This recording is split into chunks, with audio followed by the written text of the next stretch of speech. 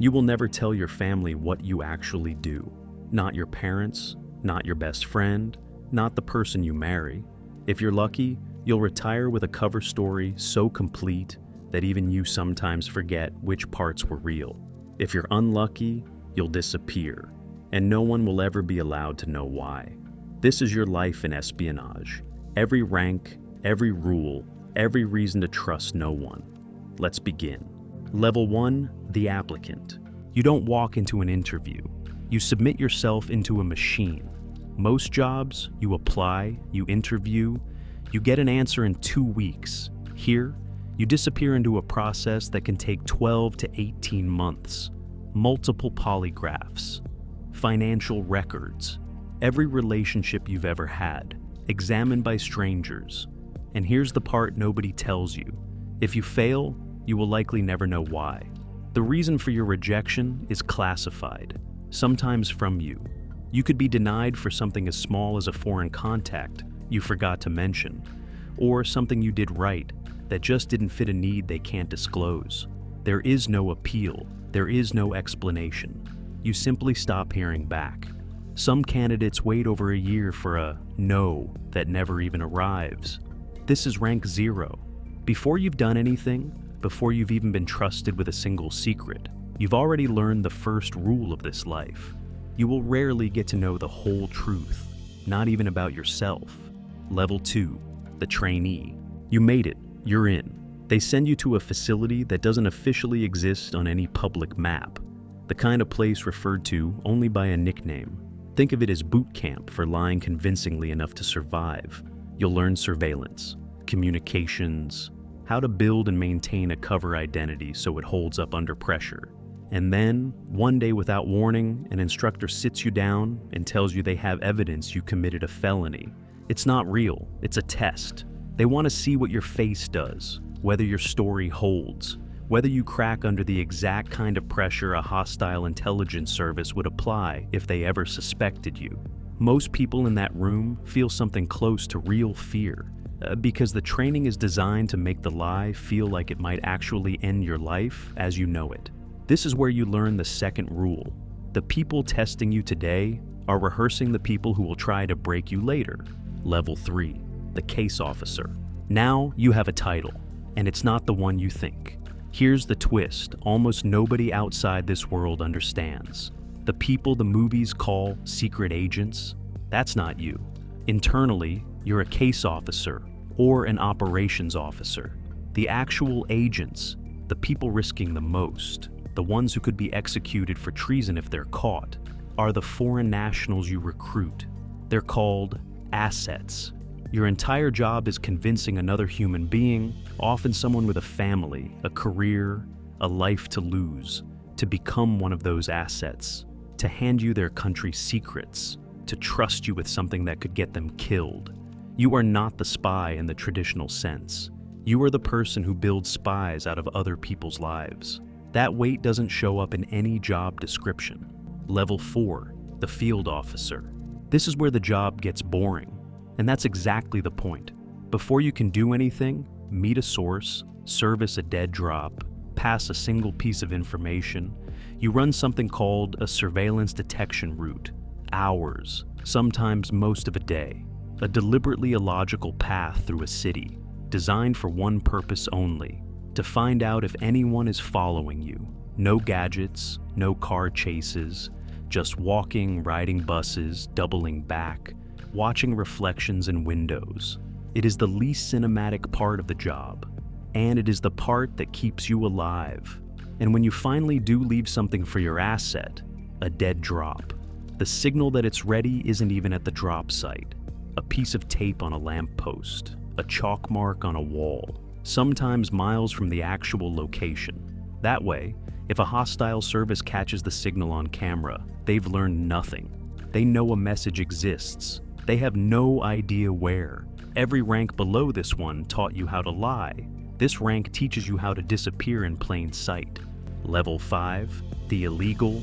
Above the officers with diplomatic cover sits a rank most people have never heard of, because it's built entirely to be invisible.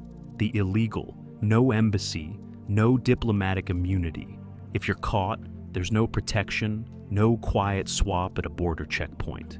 You are operating under a completely fabricated identity, sometimes for over a decade, inside a country that would consider your presence there an act of war.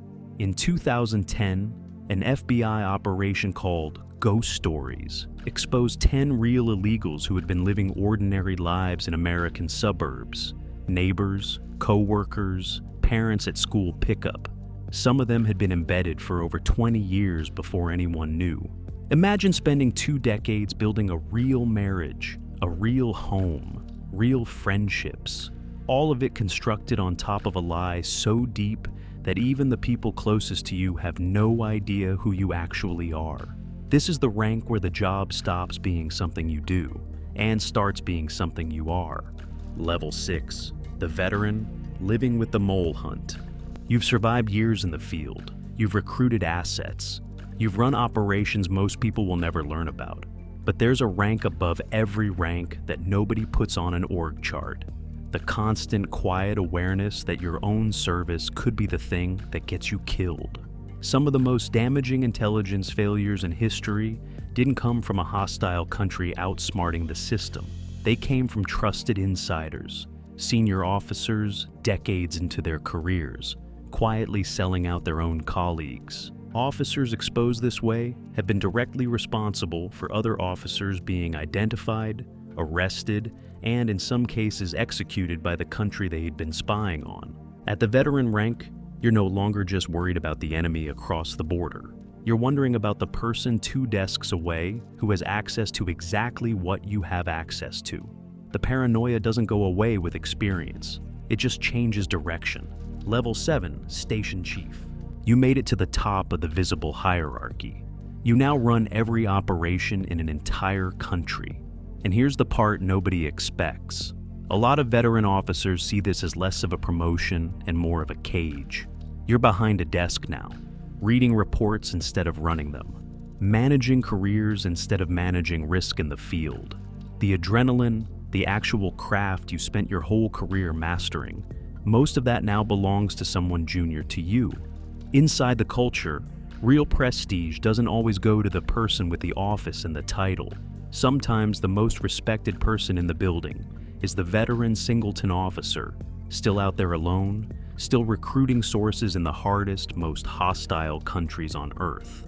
By choice, having turned down the desk job entirely. The org chart says you're at the top. The people who actually do this job know the real hierarchy is upside down. Level 8, the retired, and the rank that doesn't officially exist. You retire. On paper, it's over. But for some, retirement isn't really an ending. It's a status change, quietly kept on non-official recall, available to be reactivated for a single task, once every few years for the rest of your life. Technically retired. Unofficially, still an asset of the agency that trained you 30 years ago. And then there's the rank almost nobody reaches, the one the entire culture actually reveres most. The legend.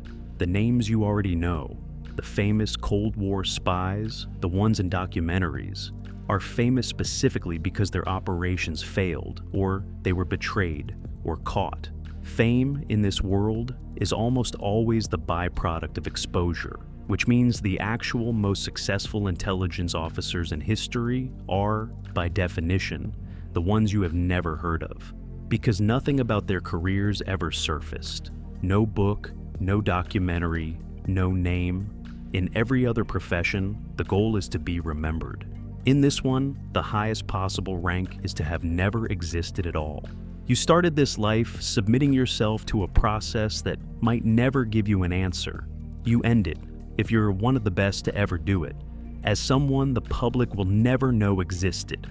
Every rank in between cost you something. Your ability to fully trust people, your right to tell the truth about your own life, sometimes your safety, sometimes your name. That's espionage. Not exploding pens, not car chases, a life built entirely on the space between what's true and what you're allowed to say out loud. If you want to see what it's like to climb the ranks of something else entirely, I've got more of these waiting for you. Smash that subscribe button so you don't miss the next one. and drop a comment telling me which rank system you want to see next. I read every one of them.